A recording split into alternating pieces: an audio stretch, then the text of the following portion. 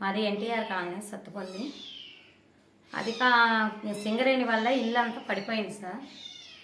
అయితే అధికారులు ఎంతమందికి చెప్పినా కానీ పట్టించుకోవట్లేదండి.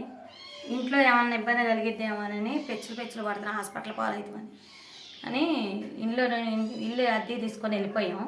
మా ఆయన గారి హెల్త్ కండిషన్ కూడా అంత బాగలేదు. ఆయన నరాల వీక్నెస్. నేను ఒక్కదాన్నే రెంట్ కట్టుకుంటా ఇంట్లో మొత్తం గడుపుతున్నా అండి. నేను ఇళ్లలో పనిచేస్తాను సార్.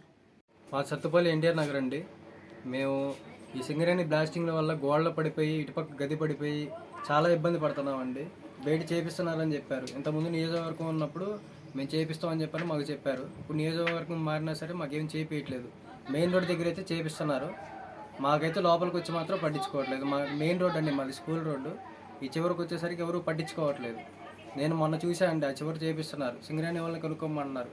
మేము చెప్తే ఎవరో పట్టించుకోరండి. మాకు తెలియదు. మేము పొద్దున్నే పనికి పోతే సాయంత్రం వచ్చేటోళ్ళం అండి. మేము ఇల్లు పడిపోయి వర్షాకాలం వస్తే నానా ఇబ్బందులు పడతామండి. మమ్మల్ని అయితే ఎవరు పట్టించుకోవట్లేదు. దయచేసి ఇది మాత్రం కొద్దిగా మా ఇల్లు మాత్రం కొద్దిగా చూసుకోండి అండి. మాది ఎన్టీఆర్ నగర్ అండి, స్కూల్ రోడ్డు. నా పేరు మీరాది. నాకు భర్త లేడండి. నా ఇల్లు పడిపోయిందని ఇప్పుడు 3 సంవత్సరాల నుంచి పాడుపడ్డ ఇంట్లోనే ఉంటున్నా. ఇదిగో అదిగో అంటున్నారు. ఒక్కళ్ళు కూడా వచ్చి తిరిగి చూడలేదు. ఇల్లు కానీ బాత్రూములు కానీ అన్నీ పడిపోయినాయి.